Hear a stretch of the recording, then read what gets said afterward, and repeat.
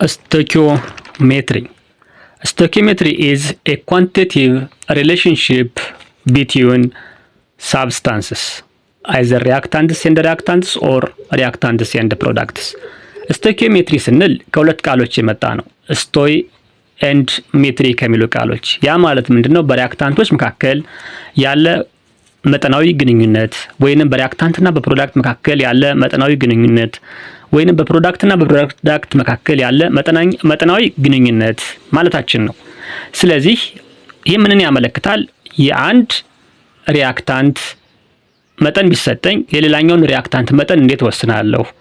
የአንድ ሪአክታንት መጠን ቢሰጠኝ የሌላኛውን ፕሮዳክት መጠን እንዴት ወስናለሁ?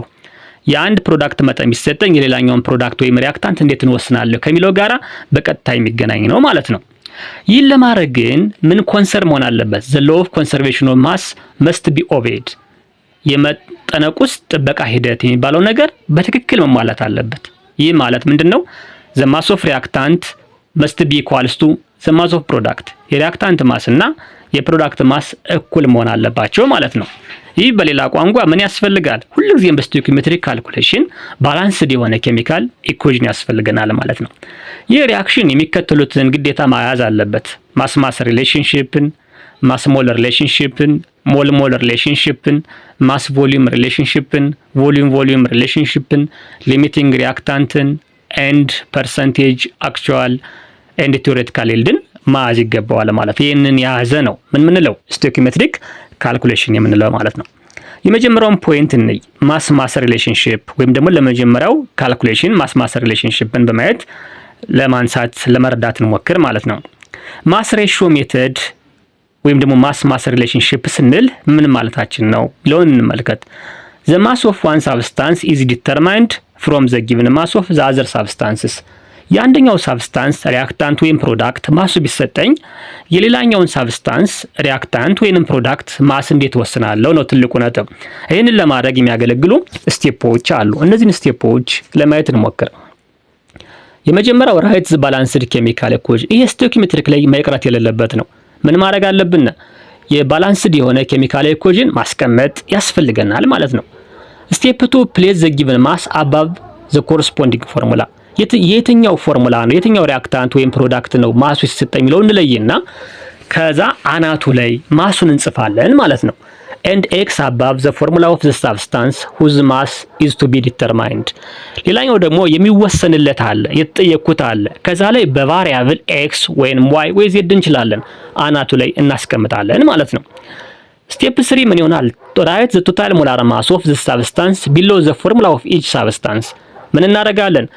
ቶታል ሞላር ማስ መጀመሪያ እንፈልጋለን ማለት ነው።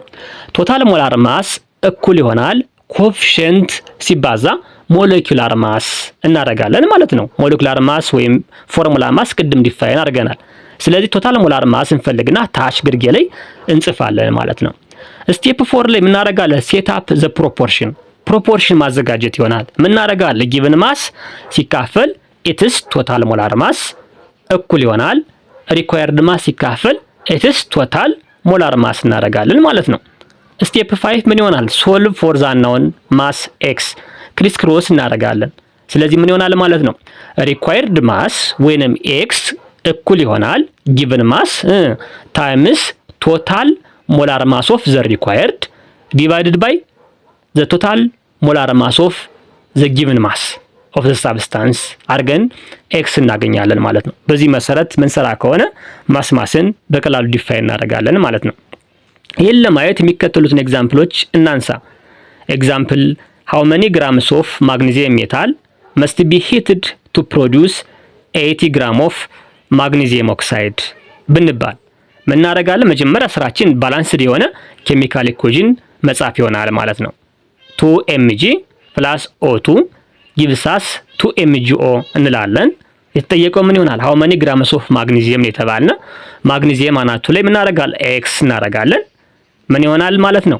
ቀጥለን የተሰጠነ ማስ አለ 80 ግራም የማግኒዚየም ኦክሳይድ አናት ላይ 80 እንጽፋለን ማለት ነው። ከዛ ቶታል ሞላር ማስ እንፈልጋለን።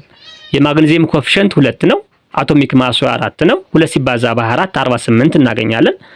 የማግኒዚየም ኦክሳይድ አጠቃላይ ማሱ 40 ነው። ኮኤፊሺየንቱ በ2 ነው። 2 ሲባዛ በ40 እናደርጋለን ማለት ነው። 2 ሲባዛ በ40 ስንት ይመጣል? 80 ይመጣል። ኤክስ ኦቨር 48 እኩል ይሆናል 80 ሲካፈል ለ80 እናደርጋለን።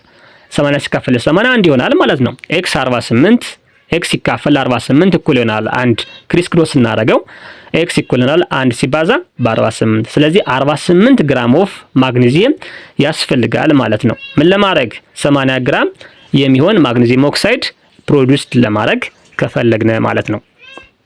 ሌላ ጥያቄ እንጨምር። how many grams of aluminum metal must be heated to produce 40.8 gram of aluminum oxide? ይሄም አንድ አይነት አሰራር መከተል ነው። የመጀመሪያ ስራችን ምን ማድረግ ነው? ባላንስድ የሆነ ኬሚካል ኢኩዌሽን ማስቀመጥ ይሆናል ማለት ነው። አሉሚኒየም ሲደመር ኦክሲጅን ጊቭስ አስ Al2O3 እንላለን ማለት ነው። ስለዚህ ባላንስ እናድርገው 4Al + 3O2 ጊቭስ አስ 2Al2O3 ባላንስ ይሆናል። how many grams of aluminum ነው የተባልነ። አሉሚኒየም ላይ ኤክስ እናደርጋለን። የተሰጠን ደግሞ heated to produce 40.8 gram of aluminum oxide።